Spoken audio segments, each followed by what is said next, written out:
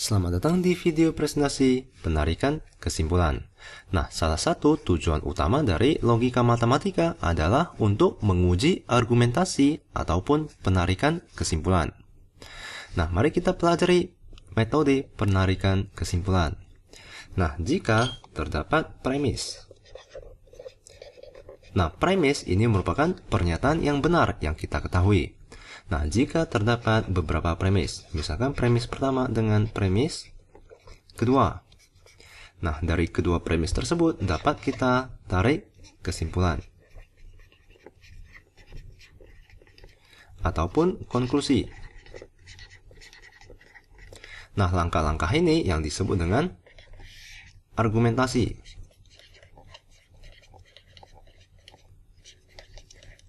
Nah, suatu argumentasi dapat dikatakan sah jika dan hanya jika konjungsi dari premis-premisnya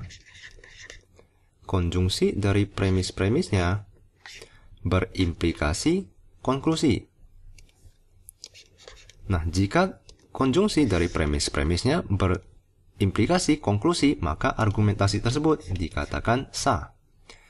Lalu terdapat 3 metode penarikan kesimpulan. Yang pertama adalah modus ponens. Yang kedua adalah modus tollens. Yang ketiga adalah silogisme. Nah, kita akan mempelajari ketiga metode tersebut. Mari kita ke modus ponens dahulu. Nah, modus ponens itu merupakan argumentasi yang premis-premisnya berbentuk seperti berikut. Yaitu premis pertama, mari saya gambarkan garis dahulu agar lebih rapi. Di mana premis pertama itu adalah implikasi, yaitu jika P maka Q. Lalu premis kedua itu adalah P. Nah, maka kita dapat menarik kesimpulan sebagai berikut, yaitu konklusinya adalah Q. Nah, misalnya seperti berikut, yaitu premis pertama adalah misalnya ada gula, ada semut. Nah, premis kedua misalnya itu adalah ada gula. Nah, maka dari kedua premis tersebut dapat kita tarik kesimpulan sebagai berikut, yaitu adalah ada semut. Ya, ini adalah modus ponens. Nah, mari kita cek kesahan dari argumentasi ini. Apakah argumentasi ini merupakan argumentasi yang sah? Nah, tadi dikatakan bahwa suatu argumentasi dikatakan sah jika premis-premisnya berimplikasi konklusi. Yang artinya adalah premis-premisnya yaitu premis pertama, jika P maka Q, dan konjungsinya yaitu dan, premis kedua yaitu P berimplikasi konklusi yaitu berimplikasi Q. Nah, mari kita cek apakah argumentasi tersebut merupakan argumentasi yang sah dengan mencek nilai kebenaran dari argumentasi ini. Mari kita gunakan tabel kebenaran. Nah, misalkan terdapat argumentasi terdapat pernyataan P dengan Q. Ya, P dengan Q. Ini adalah benar, benar, benar, salah, salah, benar, salah, salah. Lalu mari kita cari P, jika P maka Q, ya, nilai kebenaran dari jika P maka Q atau implikasi. Jika P maka Q itu adalah benar-benar merupakan benar, benar salah adalah salah, salah benar adalah benar, salah salah adalah benar. Lalu di sini dan P. Mari kita cari jika P maka Q dan P, ya, konjungsi dari premis-premisnya. Mari kita lengkapkan tabel kebenaran tersebut. Ini adalah benar dan benar itu adalah benar. Salah dan benar adalah salah. Benar dan salah adalah salah. Benar dan salah adalah salah. Nah, sekarang mari kita cari nilai kebenaran dari jika P maka Q dan P. Maka Q atau berimplikasi Q. Mari kita cari nilai kebenarannya. Ini adalah benar, maka benar. Ya, jika benar, maka benar. Ini adalah pernyataan benar. Lalu jika salah, maka salah merupakan pernyataan benar. Jika salah, maka benar merupakan pernyataan benar. Jika salah, maka salah merupakan pernyataan benar. Nah, maka kita dapat katakan bahwa ini merupakan tautologi. Ya, semua nilai kebenarannya itu adalah selalu benar, atau nilai kebenarannya selalu benar. Maka kita dapat katakan bahwa modus ponens itu merupakan argumentasi yang sah. Ya, jika P maka Q dan P maka atau berimplikasi Q. Ini adalah modus ponens. Sekarang mari kita ke modus tollens. Modus tollens adalah argumentasi yang berbentuk sebagai berikut. Mari kita tuliskan modus tollens. Di mana bentuk modus tollens itu adalah premis pertama adalah jika P maka Q.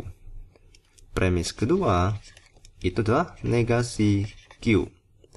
Nah, maka kita dapat tarik kesimpulan sebagai berikut, yaitu negasi P. Ya, jika P maka Q, negasi P, maka konklusinya adalah ini adalah negasi Q, maka konklusinya adalah negasi P.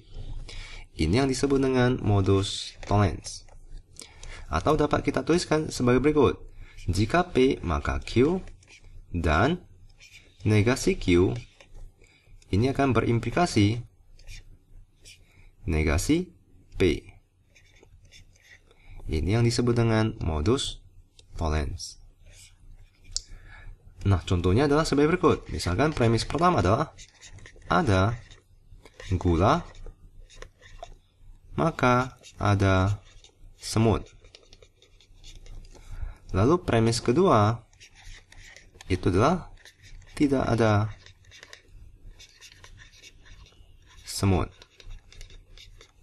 Nah, maka kita dapat menarik sebuah kesimpulan sebagai berikut, yaitu tidak ada gula ya. Ini adalah jika P maka Q. Di sini adalah negasi Q. Maka kesimpulannya adalah negasi dari P atau tidak ada gula. Nah, tentu saja kalian dapat mencari nilai kebenaran dari argumentasi ini. Mari kita cari nilai kebenarannya. Apakah merupakan tautologi? Ini adalah misalkan terdapat dua buah pernyataan, yaitu P dengan Q. Benar, benar, benar, salah, salah, benar, salah, salah. Lalu mari kita cari jika P maka Q, nilai kebenarannya. Di mana ini adalah benar, salah, benar, benar. Lalu di sini adalah jika P maka Q dan negasi Q. Mari kita cari nilai kebenarannya dari konjungsi tersebut, ya, dari konjungsi premis-premisnya. Jika P maka Q dan negasi Q. Ini adalah benar, salah, benar dan salah bernilai salah. Lalu salah dan benar bernilai salah. Ini adalah benar dan salah bernilai salah. Lalu benar dan salah, benar dan benar bernilai benar ya, karena negasi Q bernilai benar. Ini adalah salah, salah, salah, benar. Lalu mari kita cari argumentasi dari modus tollens, yaitu jika P maka Q dan negasi Q berimplikasi negasi P. Mari kita cari nilai kebenarannya dari pernyataan tersebut, di mana ini adalah salah. Jika salah maka salah itu merupakan pernyataan yang benar. Jika salah maka salah merupakan pernyataan benar. Jika salah maka benar merupakan pernyataan benar. Jika benar maka benar merupakan pernyataan yang benar. Maka ini merupakan tautologi atau merupakan pernyataan yang nilai kebenarannya selalu benar. maka kita dapat katakan bahwa modus tollens itu merupakan argumentasi yang sah. Mari kita pelajari yang ketiga, ya, argumentasi yang ketiga atau cara penarikan kesimpulan yang ketiga, yang disebut sebagai silogisme. Nah, bentuk dari silogisme adalah sebagai berikut, yaitu premis pertama adalah jika P, maka Q. Premis kedua itu adalah jika Q, maka R. Nah, dari kedua premis ini dapat kita tarik kesimpulan atau konklusi sebagai berikut, yaitu jika P, maka R. Ini adalah silogisme. Mari kita ke contoh. Misalkan premis pertama adalah jika saya senang, misalnya, maka saya akan nyanyi. Ya, misalkan sebagai berikut. Yaitu premis kedua, misalkan adalah jika saya nyanyi,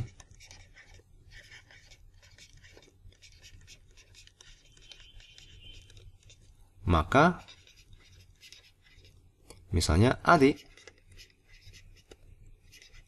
akan tutup telinga, misalnya, ya, karena suara saya sangatlah buruk, misalnya, akan tutup telinga. Nah, maka dari kedua premis ini dapat kita tarik kesimpulan sebagai berikut, yaitu jika saya senang,